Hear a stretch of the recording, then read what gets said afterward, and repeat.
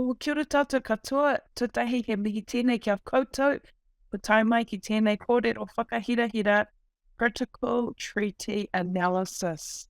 On behalf of the whānau from Community Research, we'd love to, first and foremost, thank you all for being here.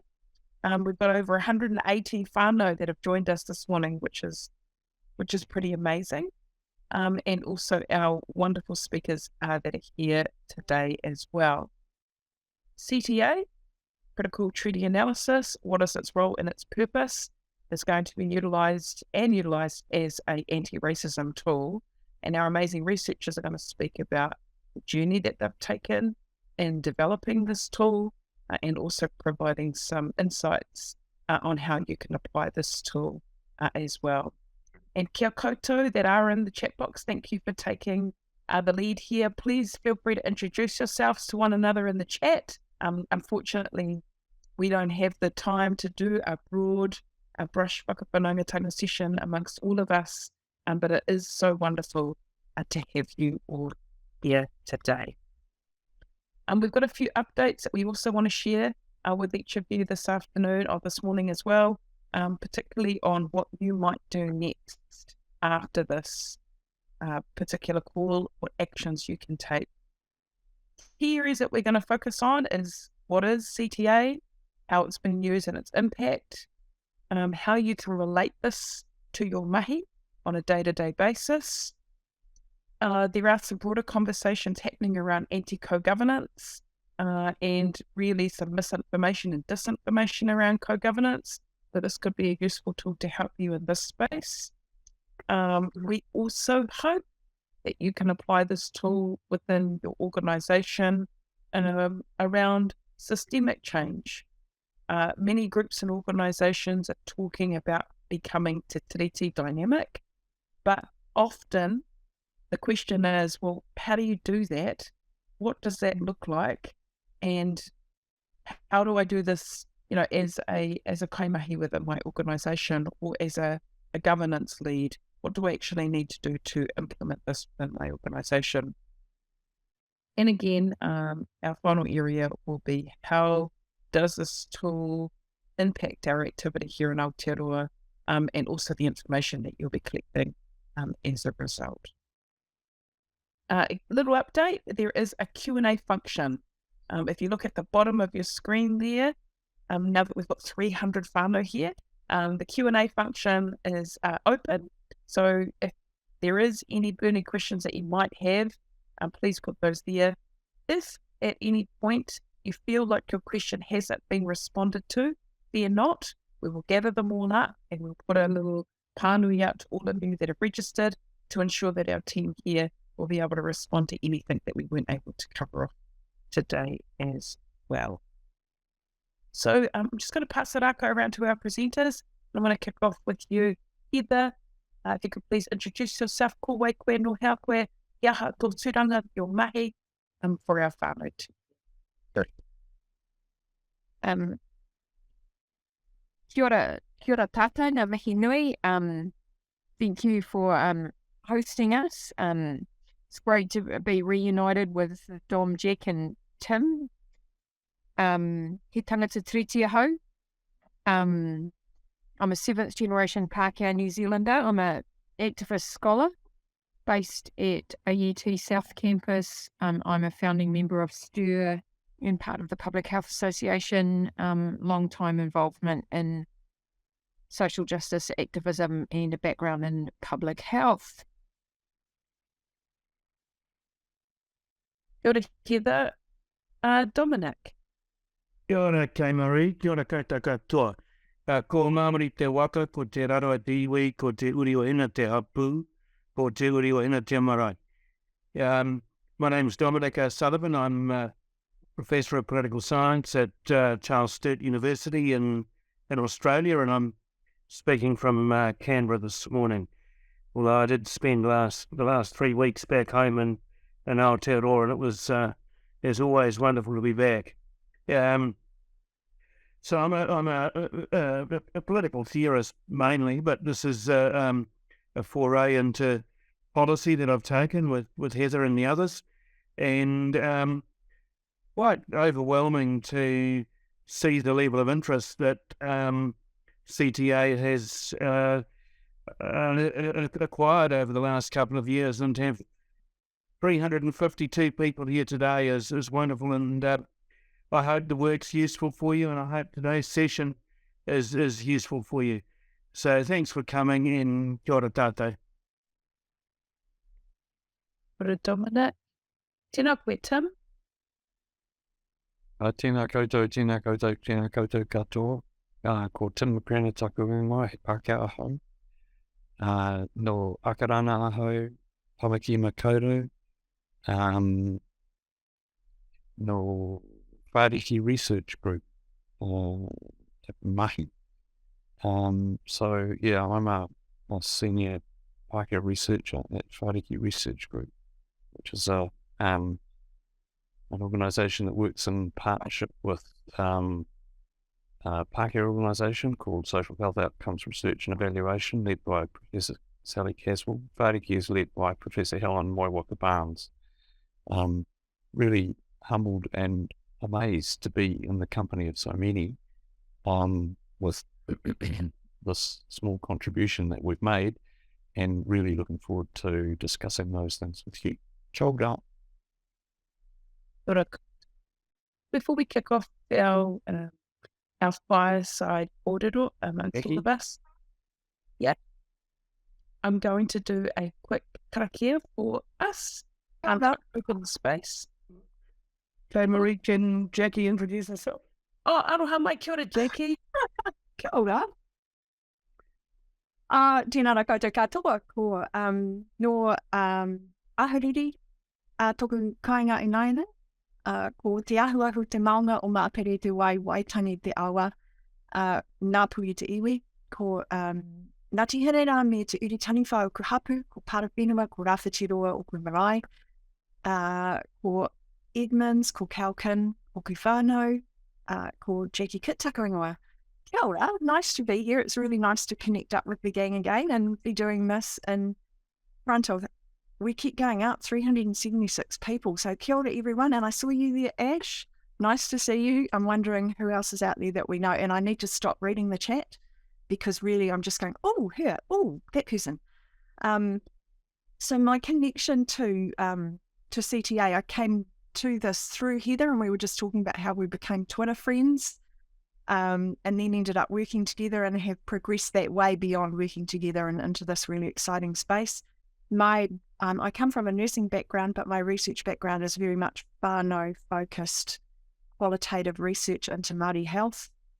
Started out looking at Māori health inequities, but pretty rapidly have shifted into Māori health equity solutions. And recognising what whānau are doing on the ground. So moving into a policy space is new to me, but I'm continually working on making those connections. As a nurse, I've always seen the disconnect between policy and what happens on the ground. And as a researcher, I'm seeing how important it is to have policy that reflects whānau needs. So that's the thing that got me really excited about CTA, and I continue to be really excited about it. So nice to be here. Kia ora. I'm mai kia koe, Jackie, kia koutou. Apologies. I do note that there's a very strong contingent from Te Tai Tokera. So kia koutou, taumata, ngā uri o Te Tai Tokera, Te Rarawa, Ngāti Hene, ngā puhi nui tonu. It's wonderful to have you here in partnership with our Te Tiriti whānau as well. As mentioned, there are 382 people in the call, and it's just wonderful to see how many people are really interested in this particular kaupapa, and the learnings from today's conversation we hope will be very helpful. And as I mentioned, we'll just kick us off with a quick karakia, and then we're going to have a bit of a fireside chat to talk about what is this thing, CTA, why is it relevant, why should we care? Waka te hau ki te uru. Kia mā kina ki uta, kia mā tara. E hia ki ana te ātāpura, te o, te haupu, te hei. I also just want to acknowledge our other brother here. Again, one of our languages of Aotearoa me te waipounamu is sign language. So hello, and tēnā koe, brother. It's really wonderful to have you here to enable us to be inclusive in today's discussion as well. So my first question for the panel is both Heather, actually Heather, you've got a long-term background in working in treaty education and specifically on systemic racism and health. And then also, Jackie, you mentioned the saying that you've got a background of public health as well. And if we look at the reforms happening within Te Whatu Ora and Te Aka Whai Ora, which is not only centering whānau voice, but also really demanding that hauora providers become treaty dynamic. Can you start us off, Heather, and let us know, one, what was the genesis of this tool, and also how do you think your background in health has also influenced the way that this tool has been designed? Oh, kia ora.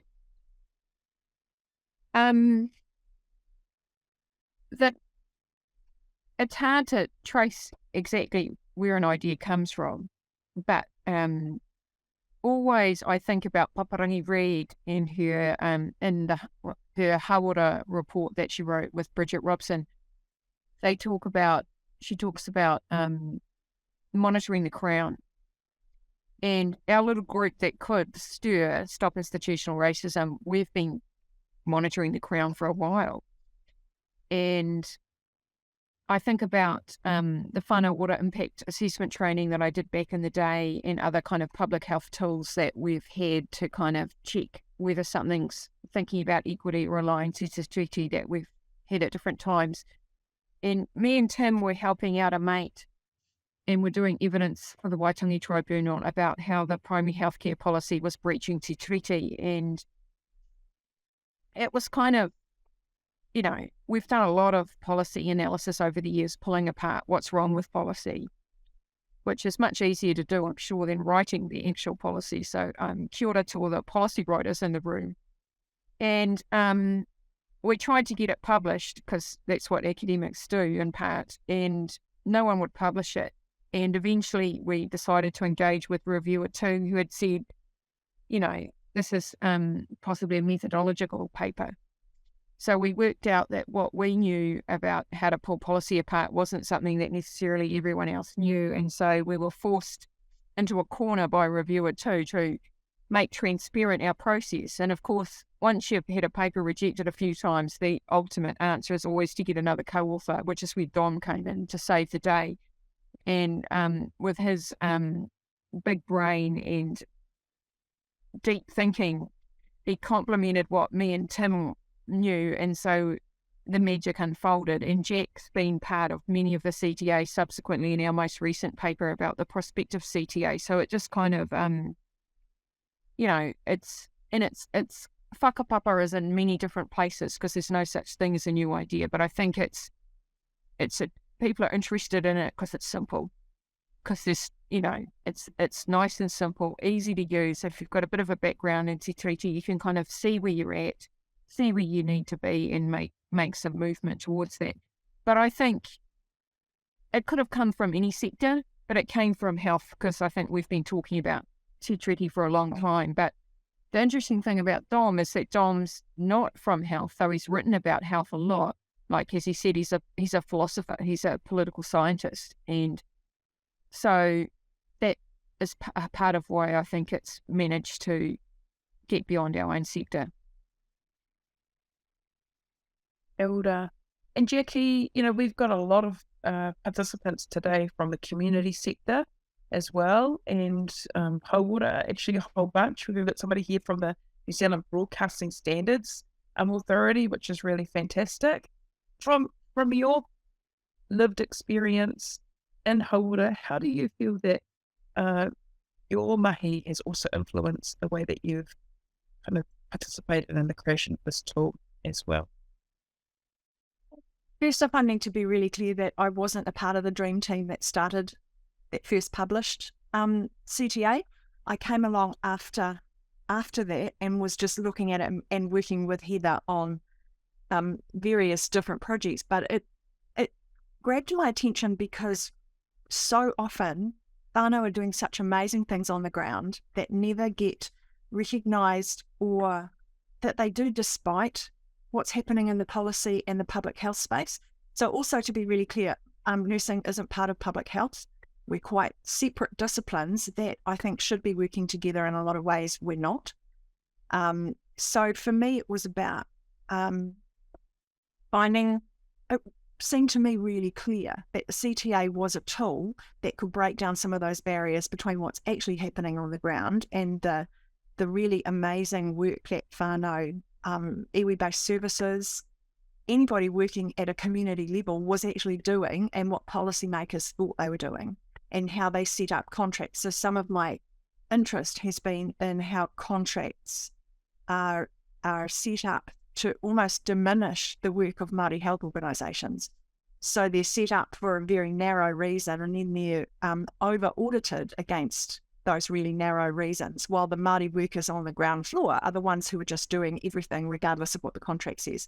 So for me, it was a chance to, this provides a robust kind of, it's a tool that you can't really argue with because it's so clear.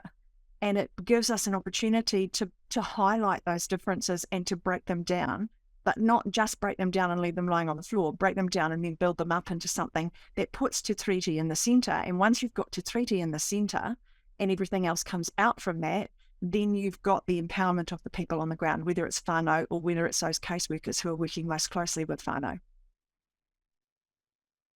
Good, Jackie. And both to you, Heather, you're both, acknowledging the whakapapa, the origins of this tool.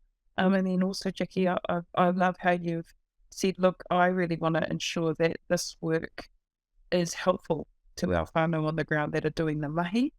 And I can also hear that this tool is an opportunity to sense make and place make ourselves inside this journey making of becoming a Te Tiriti dynamic organisation at multiple levels. And I also heard from you, Heather, the importance of recognising it's not just holder, it's not just health. This has application in many, many different fields. Which brings me nicely to you, Dominic, to talk about your contribution to the CTA and your on-top reflections as well. Yeah, kia ora. Well, like Heather said, I came into this after she and Tim had already done quite a bit of work conceptualising CTA. My contribution was to add a political science perspective, drawing on theories of liberal democracy and citizenship and participatory parity and those kinds of things, because my main overarching interest in political science is how do we make liberal democracy work well for everybody? How does it work as well for Māori as it works for anybody else?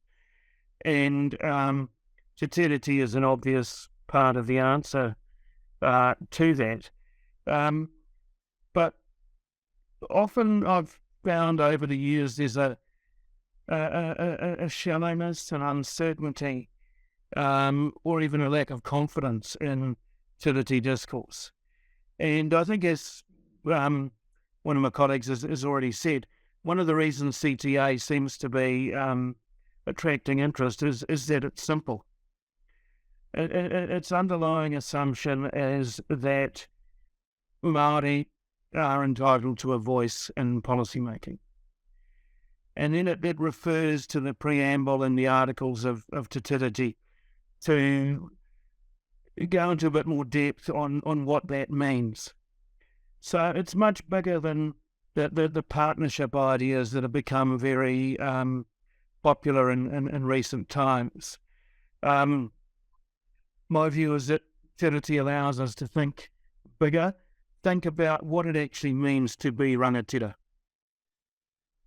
Think also, not as an alternative, but as a complement to what does it mean to be a Māori citizen of the state and to contribute to state policy making, not as an assimilated individual into somebody else's project, but as a Māori participant whose participation in state policy making is as legitimate and as important and right as anybody else's.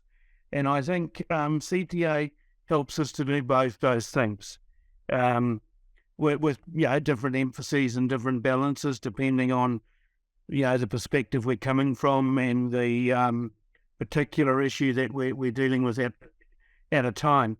And so that's where I come from. How does society work well for everybody? And I think Te Tiriti helps, and specifically CTA helps Te Tiriti to help. So, kia ora. Kia ora, Dominic. That's a beautiful segue to Tim.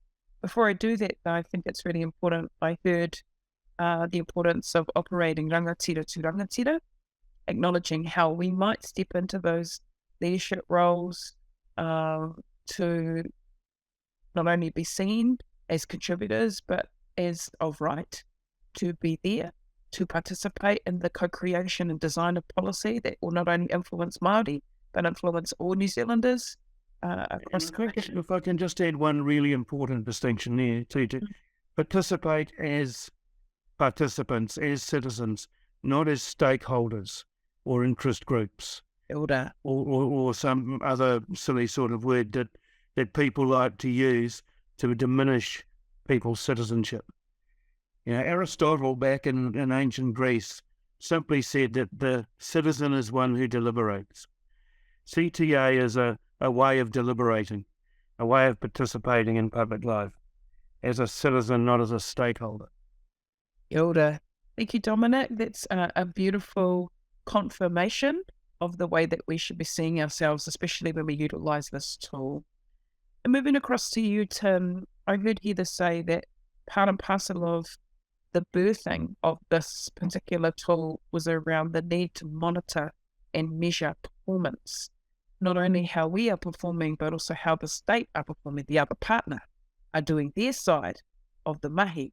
So I'd love to hear from you, like what's your journey been like in being in the co-creation of this tool as well? Kia ora, thank you for that. I suppose my backstory is, as a kid growing up in a very verbose household, fascinated by language and words and the interplay of words and the interaction of different contributors to conversations seemed to me, and I've drawn these ideas out in various aspects of my kind of study journey, seemed to me to be utterly vital in creating the kinds of worlds that we live in. So, there are various ways of kind of illustrating this just out of everyday experience where, for example, of a situation where a number of people are trying to work together, depending on your intentions and interests and orientation, you can say something like, this is not working. Too many cooks spoil the broth.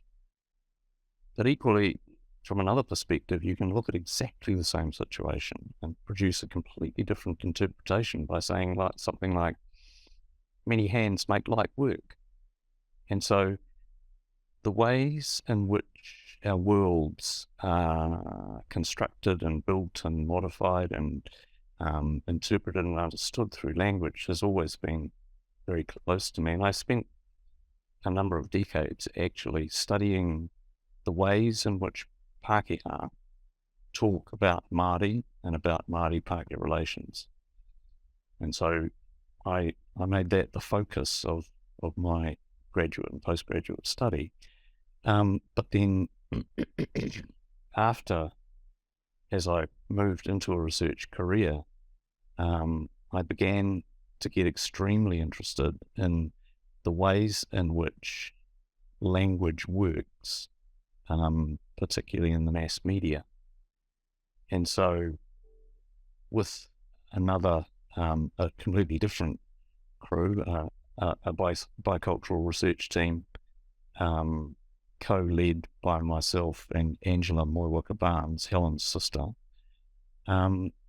We carried out some quite detailed studies and large-scale studies of the ways in which the media make use of those kind of discourses, those kinds of frameworks that I had been able to point to through my studies.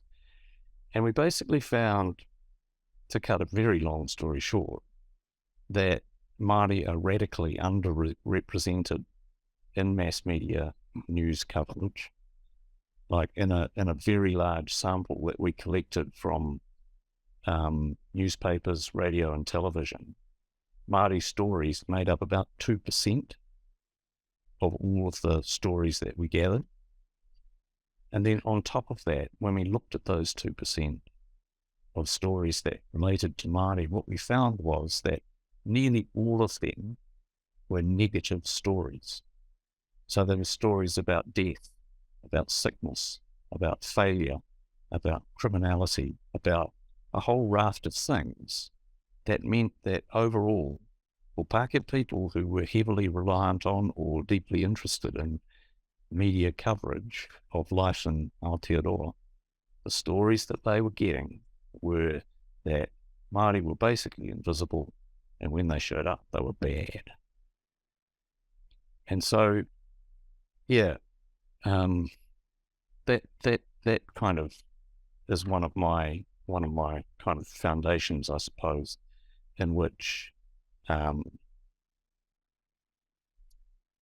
following the language, watching the language, monitoring the language of mass media, of everyday conversation, of policymakers, of politicians, and so on. The same basic patterns keep showing up.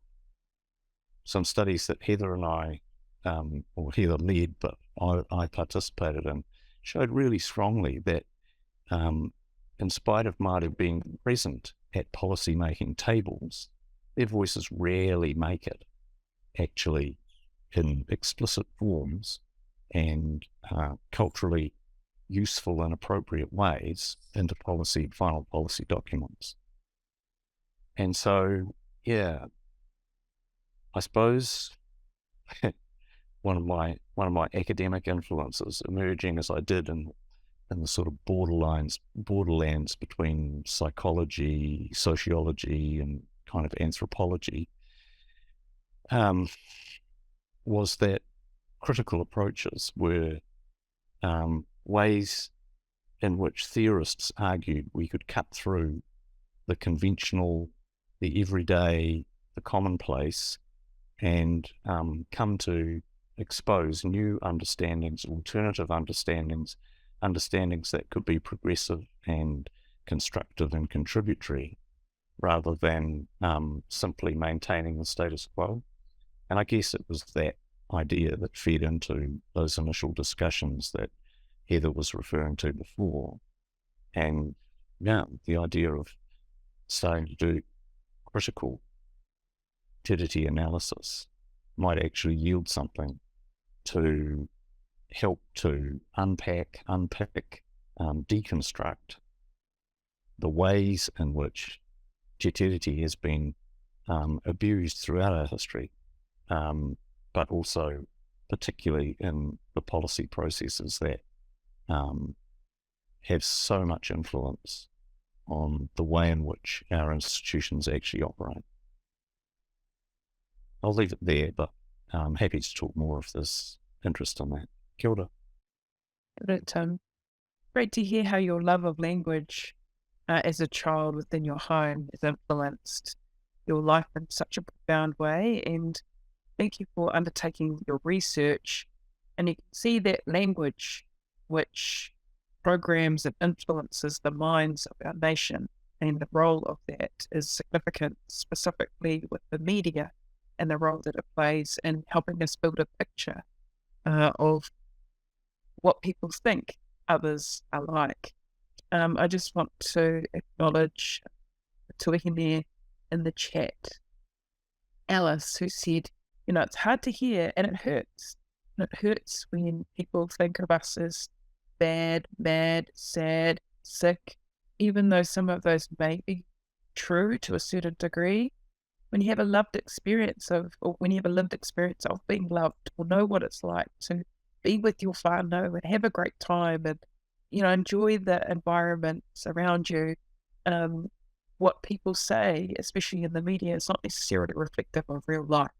So I think, Tim, the work that you've done in the media space is very important for us to be mindful and aware how the media shapes our understanding of Te Ao Māori and Te Tiriti.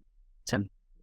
Yeah, thanks for that comment, Alice. One of the things I could have said and should have said really is that as part of that study that I referred to, we looked specifically at some Māori media, and in particular at Māori television service. And what we discovered when we compared and contrasted Māori television news with the news available on 1, 3 and Prime was that, for a start, there were far more stories about Māori. And you might say, oh, well, it's a Māori television program, of course, channel, of course there are going to be more stories. But what we discovered when we dug down a bit was where in our sample, over 250 stories about Māori showed through the Māori television newscasts. About 9 for exactly the same period showed through those other 3 mainstream Pākehā channels. And furthermore, that while the 9 stories were, as I said, all about the negativity, the huge contrast was that in the Māori television stories, all of those 9 stories were covered, but a whole lot more things, a lot of good things, a lot of things acknowledging challenge and difficulty and trouble, but much, much more balanced coverage of life for Māori in Aotearoa than the big state-funded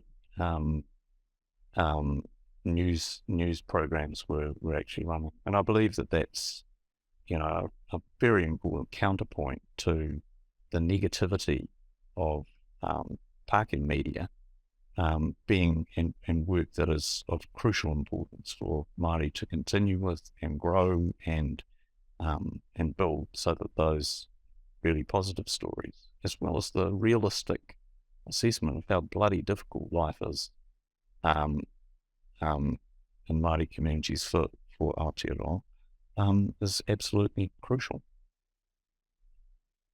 Right. Critical Tiriti Analysis, which is again the purpose of today. I understand there are generally 5 steps in this very simple tool.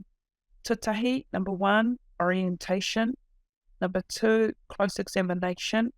3, determination. 4, strengthening practice. And 5, ensuring that Māori have the final word. Could you please just unpack those 5 kaupapa for all of us?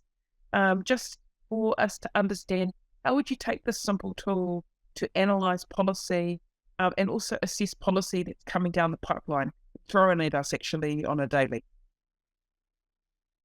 Oh, kia ora. The 5 steps, you have a high-level read. You see how they're talking about Te Ao Māori. You see how they're talking about Te Tiriti or the treaty or the principles. You just get a sense of where they're ideologically at. You check the reference list, you check the framing on the contents page to see what's there and what's not. Because a CTA is about what's there and what is not there. Then you do a close reading. That's often when people start writing notes about the 5 elements of the Māori text, because of course central to doing a CTA is that it centres the Māori text, not the English version, not principles. It's simply about old school, the Māori text. And then we've got some indicators that we've developed that relate to each of the 5 elements of the Māori text. And we're encouraging people to adapt those and change those for the particular project that you're working on what you're trying to review. So you feel free to do a bit of a tailor. And if you come up with a better indicator, please let us know, and potentially your indicator will become our indicator going on to the future, because we definitely think about CTA as a living kind of methodology that we want other people to use, and we're all contributing to its ongoing evolution, because why wouldn't we? And so then with the determination, we've got the current categories we've got is you can rank it silent, poor, fair, good, or excellent. We are thinking of adding the does harm, and I'm open to adding brilliant, but we haven't seen that yet.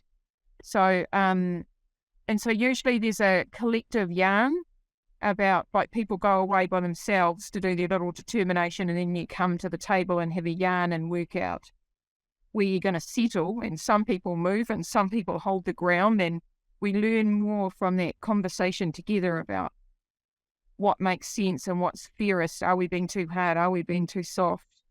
And of course, obviously we get feedback both ways, so we're never right, but kei te pai. And then rather than the stage 4 is about what are our ideas about how to make it better, because it's no good to point out everything that's wrong if you're not kind of adding value and suggesting ways that could be strengthened. So that's taking responsibility to be constructive and to be kind of thinking about, let's make it better. Like, this is about making policy better. And then, of course, there's the magical Māori final word. Māori are involved throughout a CTA, or you aren't doing a CTA, you're doing something else. And then there's this beautiful expression of tino rangatiratanga, where our mates make that final overall assessment of where it lands. But I'm sure others have got some chip-ins about that, the rest of the crew. So I'd love to move across to you, Jackie, as well, because I think what I imagine in my mind with this tool is that you've got a copy of Te Tiriti, you've got a policy, for example, and you're kind of looking backwards and forwards and doing an analysis and assessment. But what is it actually like in practical terms? Like, how do you imagine people could physically use this tool in their practice and approach?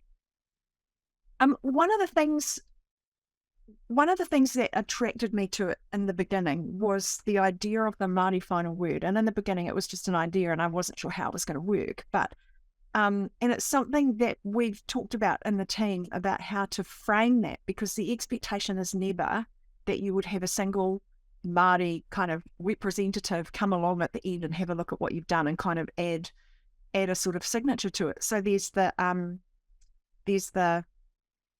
process all the way through of even deciding whether this is an appropriate target or topic to be doing a CTA on.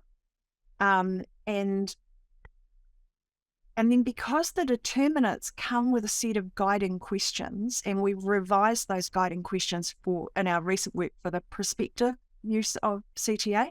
So our latest paper, which is just out, is about how to use it to develop Tiriti-centred policy rather than taking a policy that already exists and unpacking it. So where was I going with that?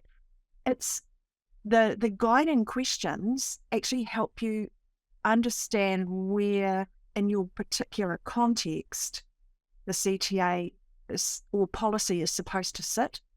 So Te Tiriti is broad and it trips people up all the time, and we've seen that with the principles, with the hundreds of principles that have been developed. It trips people up and it encourages them to get really fuzzy-headed, where the determining question, the guiding questions around the determinants get you to focus really hard in on the context of the policy. So it's not quite as daunting as it sounds when you're first talking about it. You don't have to be a Tiriti scholar, because Tiriti scholars have created the guiding questions that keep you in line with the articles. They're not principles, but you do get to look at them because it's about how does this work in-house? And then the times that it's been kind of massaged and moved around, people are working on how do you do oretitanga, for example, in education? I'm using education because I don't know how to do it. Te Tiriti the CTA would help me to be able to do that in an area I'm not familiar with. Inside health, it takes my understanding of health into a deeper and much more focused space. So when you're actually doing it, you're looking at the policy, and then you're looking at the big kind of guiding questions around the determination to say, how many times, one really perfect example is, how many times does this policy directly refer to or refer to providing the right circumstances for waitangi to be addressed? Usually the answer is no. And with the prospective tool, we're hoping that the answer to that might be yes more often. But you don't have to be an expert in either Te Tiriti or in waitangi to be able to see that most of our policies just leave no space for that. Did that answer the question, or did I go off track? No, you're right on, because I think that it's, as a tool, and as Heather's mentioned in the chat as well, this is an opportunity for unpacking and posing questions of ourselves, of the document, of the policy, and asking, in my mind, how would our tupuna deal with this particular issue? What is the voice of Papatūānuku and the taiao when we need to make these specific decisions? What's the impact on our hapu, on our marae? How are we going to communicate these particular actions and activities to our own communities? What does that look like? So I think that it poses some really helpful prompts to enable us to have some discussions, and equally gives us a guide, because as you said, some amazing academics have helped ensure that the prompts are in alignment with Tiriti as well, which I think is very helpful for us. And I think, just before you move on, just one of the things that is really useful is it gives us language. It gives us policy language, and it gives us Crown language to be able to turn it back on the Crown to go, this is our determinant, you've done poorly, or it's been completely absent. In a way that I think my understanding of what's happening with the CTA is that we're getting traction with the Crown because we're talking about it in a way they can understand it. Where there's huge resistance to understanding Te Ao Māori and what things mean for Māori, but they're much better at, so I guess this is kind of like a bridge. And because, and I've talked before about my concern about whether or not the CTA is a really blunt instrument for hammering things. And it definitely is when you're looking at old policy. So we started with some stuff that was like 20 years old. And it was kind of disastrous, but it's not, but the way we're using it is highly contextual, and it's designed to create change. We're not doing it for the sake of it. We're not a bunch of academics who just like to navel gaze and talk to ourselves in our ivory towers. We're all really connected to the communities where we're trying to make change. So building that bridge between the people who've been so incredibly resistant and said over and over, I don't know how to do this, well, we're showing you in a way that you can understand and use it. So while I see massive potential for Māori using it in a Māori space, the biggest change is likely to be for teams that working alongside and co-designing with Māori to use it to make Crown change. Thank you, Jackie. It's great to know how best the tool can be utilised and within what audiences and particular contexts. Now, I just want to note, there's some really awesome Kuliers questions in our Q&A, so I'm looking forward to our panel being in a position to respond to some of those. And I am very grateful that you've not held back. So I just also want to encourage our panel this morning to take a moment to have a look at that. Pick your best ones, the coolest ones, I reckon, to be able to respond to soon. Dominic, I want to pass the kōrero across to you because of the particular position that you're in this discussion around citizenship, ensuring that Māori leadership and contribution is centred around policy, and the role of rangatira in this space and active rangatiratanga. How have you been able to utilise the CTA in your particular context? Well, with the couple of papers I've written with the others here today, the initial paper where we, reviewed the New Zealand Health and Disability Policy, and we used that context for the development of CTA, and that's how we, framed the questions and the indicators and so on, and then applied them in that individual way. But what was really important to me is that, as Tim alluded to before, when Māori show up, they're bad. Well, that's a portrayal, obviously, that is we're all familiar with. But the world is run by the people who show up. And the CTA, I think, is useful in that it helps not just Māori people, but Māori ideas to show up and to have influence. When we're talking about environmental policy, for example, when we're talking about wairuatanga, whether that's in health or in education. And I know there's a question there about whether CTA has been used with respect to how civil defence have responded to the recent weather events that we've had around the place. To my knowledge, it hasn't, but that's a really good example of where distinctive Māori perspectives may be important and may be missing from other elements of the policy process. So through CTA, those ideas can show up in a positive way and have influence, have the kinds of influence that Māori people want them to have.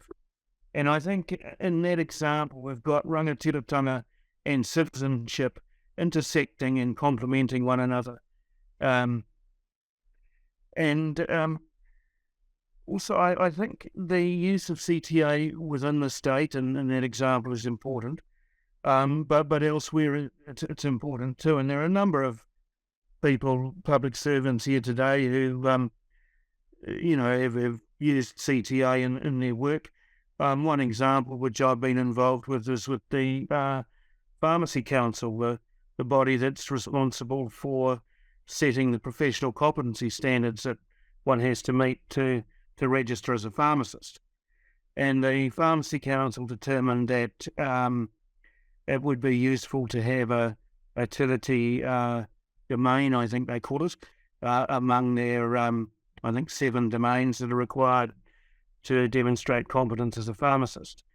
And I was asked to help with that as one of the authors of CTA. They decided that CTA was a useful policy method, tool of analysis to help them achieve that. And I think from their experience within government, it showed to me the potential that CTA holds as a framework for thinking and for asking questions that would not be asked if Te Tiriti was not a relevant factor. So it's one thing to say Te Tiriti is important, but it's quite another to say what that means in practical terms. Because what it means in practical terms may differ from context to context, from policy area to policy area, and from the different ways in which people want to express rangatiratanga. So CTA meant that those questions were at the forefront, and it could be used to guide the conceptualisation of the work, but also to review it from time to time as the work was being done. And as a result of that, I think, in order to register as a pharmacist in Aotearoa, one has to be pretty well informed on what Te Tiriti means, on how its breaches have undermined Māori opportunities for good health, but also on what its acknowledgement within the policy process can mean in terms of positive outcomes, in terms of allowing people to be Māori when they go to the pharmacist, either as a patient or as a pharmacist working in a clinical setting. And And that's important. Being a Māori citizen means being Māori in public life, not just being Māori on the marae or at home, but being Māori in public life. And I think the Pharmacy Council provides a really good example of that. And for people interested in professional registration in other professions, I would commend that discussion document that was published late last year by the pharmacists as something that might be instructive alongside both our original paper, but also the one we've just published, where we take CTA from its original expression as a method of policy evaluation to develop it as one of a method of policy development. And as Jackie mentioned, there are questions there that we think policymakers do well to ask themselves as they're working through the task at hand to satisfy themselves and to satisfy themselves on the basis of authoritative Māori opinion that what they're doing is reasonable in terms of Te Tiriti. So then it is just a couple of examples of how I've used it in my own work. Thank you, Dominic.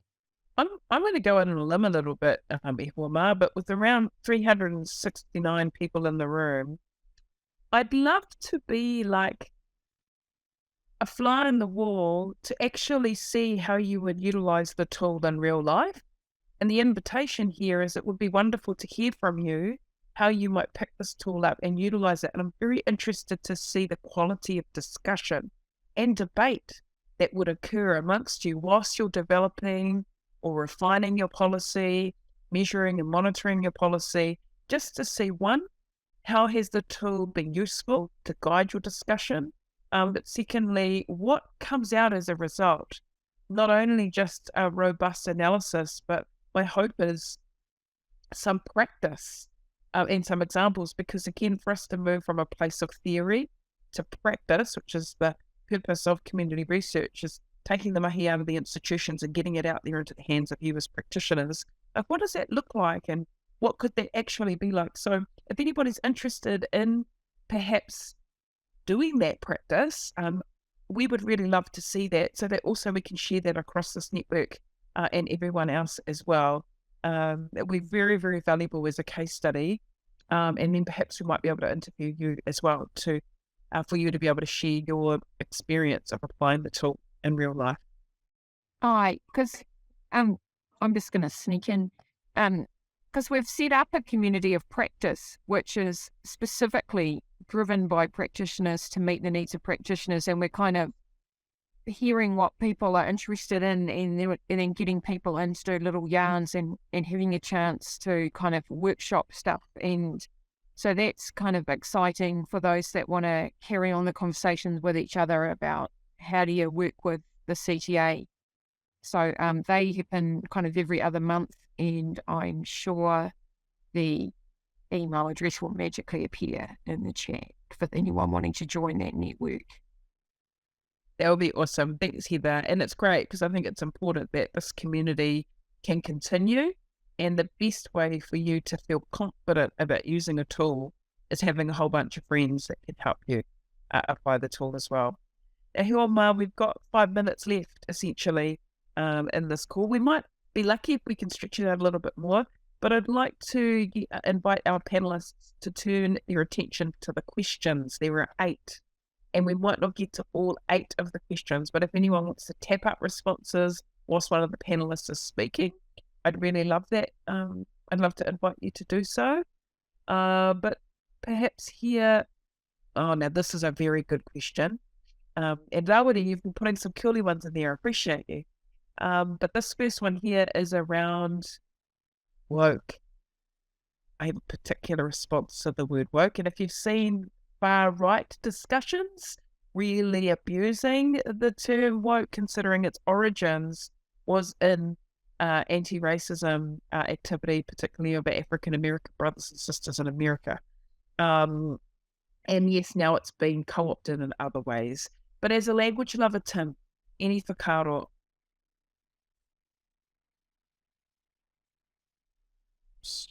frozen a bit. But I might just continue. Sorry, you froze a bit. And so, yeah, I mean, just very quickly, I'm exceedingly impatient with the term woke in the context of Māori Pākehā relations in Aotearoa, because I know these conversations have been going on since the early 1800s. And, you know, to suggest by using a term like that it's some sort of sudden turn of events is to adopt a characteristically, or Pākehā to adopt a characteristically ahistorical approach to understanding the relationships between Māori and tangata Te Tiriti in this country. Thank you, Tim. Sorry, everybody, that I bounced out a little. Dominic, do you have a pātai that you want to have a go at answering from the chat box? Yeah, well, another thing I could have mentioned in terms of my experience of using CTA is the Cabinet Circular paper that Rosie's asked about. Yeah, that arose because in 2019, Cabinet issued a circular which set out a series of questions that policy advisors were to address in preparing their advice to ministers. And we found that quite an interesting exercise, because there was a lot in that circular that CTA affirmed. There was an assumption that Te Tiriti is almost always relevant to public policy, and that public servants should consider it rather. And that was quite a radical idea. Yeah, it's happened for a long time in an ad hoc kind of way, but for Cabinet to actually say this needs to happen more or less all the time, I think was quite significant. But our analysis also showed up that treaty and tiriti were used interchangeably. There was no real contextualisation of the differences or explanation of why one was being preferred in some contexts and the other in others. So that was a bit odd. And in some ways, too, the questions that policy advisors are required to address just weren't deep enough from our perspective, from our reading of Te Tiriti. And I can't remember exactly what we proposed without looking it up, but it was, I think, quite important. Questions like, does this policy disadvantage Māori in ways that it doesn't disadvantage other citizens? I think is a really important question to ask all the time if one's interested in policies that treat everybody fairly, that don't give some people an advantage over Māori, or just not address Māori needs as well as they address the needs of other citizens. Another really important question there, which I think should be asked by Crown policy advisors, whatever the policy, is why is the government presuming to make this policy? Is it something that should instead belong to the sphere of rangatiratanga, at least in part, if not in whole? And sometimes there will be very good reasons why the answer is no, this is an appropriate thing for the Crown to be doing. That never means that it should be at the exclusion of Māori policymakers, of consideration of Māori views, Māori epistemologies, and so on. So, but as a starting for the Crown to ask itself, why are we doing this? Well, perhaps we shouldn't be. Perhaps this is something that belongs to rangatiratanga. I think is a good outcome. Similarly, if the Crown concludes, yes, this is within our sphere of government, how do we make sure that it's government for and by Māori as much as it's government for and by anybody else as this policy goes through the bureaucratic process? So that Cabinet Circular intersected quite closely with a discussion paper I was commissioned to write for the ministerial review into the future of local government. So again, another example of how CTA's relationship beyond the health sector and health policy is quite important and quite obvious when one looks at CTA. But that paper asks some of those questions. Yeah, what do councils have to do? Do they have to do everything? What should perhaps Hapu or Marae or iwi be doing instead? Those kinds of questions, I think, can be asked in any policy domain. Jackie, do you want to have a go at responding to any of the patai or providing some closing thoughts for today? There was Darcy, I think, wrote in the chat about doing a CTA looking at workplace, and it didn't stick, looking at the prospective one. I think sometimes they don't stick when there's an invisibility about where the mechanisms are that are preventing Māori input. And I think one of the most frustrating things that I find is when I pick up a document and look at the document to find that although they've tried to write it in a Te Tiriti mentioning way, not necessarily an honouring way, but kind of putting the words out there, really often it's written for a Pākehā audience. So Māori are treated from the second the policy's even considered, and that goes back to what Dominic was saying about should the policy even be there, but from the second it's considered, it is written by non-Māori, for non-Māori, to explain to themselves how they're going to engage with Māori as someone else, as other. And one of the things that I'm using a lot, Dominic, that you talk about a lot, is the junior partner, senior partner. So often when it looks like we're brought in to collaborate, the table's already designed, the room around the table's already designed, and we're told where to sit.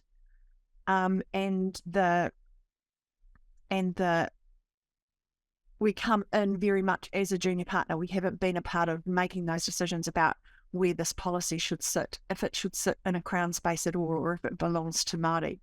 So I think sometimes when we do it and it doesn't stick, it might be the wrong time, but it might also be that there's some invisible stuff going on around it. And Heather's done amazing work in her PhD around mapping sites of racism. So it might be worth taking a step back and mapping where the barriers were that you might not have seen. They might not be up in your face.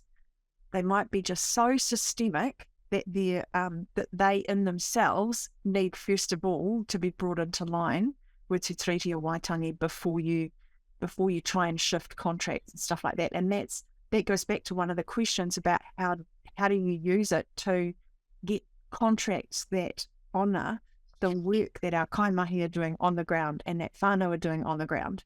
And you look, and I think one of the first things is you map where that racism is sitting, and kind of you can use it through TA to identify that, and then you move into the next phase. Because I think sometimes we bite off a bit too much, and then you sit there and go, this is not working how I wanted it to work. So maybe that's the time to take a step back and do it on something else that then feeds into it. So then you're on solid ground when you're going into the really meaty stuff that people are going to push back on really loudly. Jackie. And looky, Wama, we've come to the end of this session. There was so much shared and so many people and so much kōrero. But don't worry, it's not the end of the conversation. As Heather mentioned, they have a community of practice. So we'll make sure that that link is made available to you so that you can link up to other practitioners who are using this tool. There is also going to be a launch of amazing resources in this space. So you'll be able to get your hands and your fingers into this work in a practical way. And as I mentioned earlier, it will be wonderful to hear your feedback on what it's been like for you to implement this in your practice. I wish to thank all of the presenters today, our taumata. Thank you for bringing all your different kōrero and perspectives from your different lived experience and expertise. And I know, Heather, you've got some mini updates for us as well in regards to some of the work that you have. So if you want to just briefly take us through that, and then I will close us off with close our session off this afternoon. Oh, kia ora, kia ora. Thank everyone for coming. It's been very, well, it's just humbling, to be fair, to have so many people want to yarn about our simple idea. But the community of practice, no mai, haere mai, come join us, overwhelm Hina with your emails. And we've got a public session coming up on the CTA, which is looking at prospective and retrospective CTA use coming up next month, which is a fundraiser for the kind of rebuild in Ngāti Kahungunu for the Miriana Pittman Rangatira Fund. So be great if some of you could join us.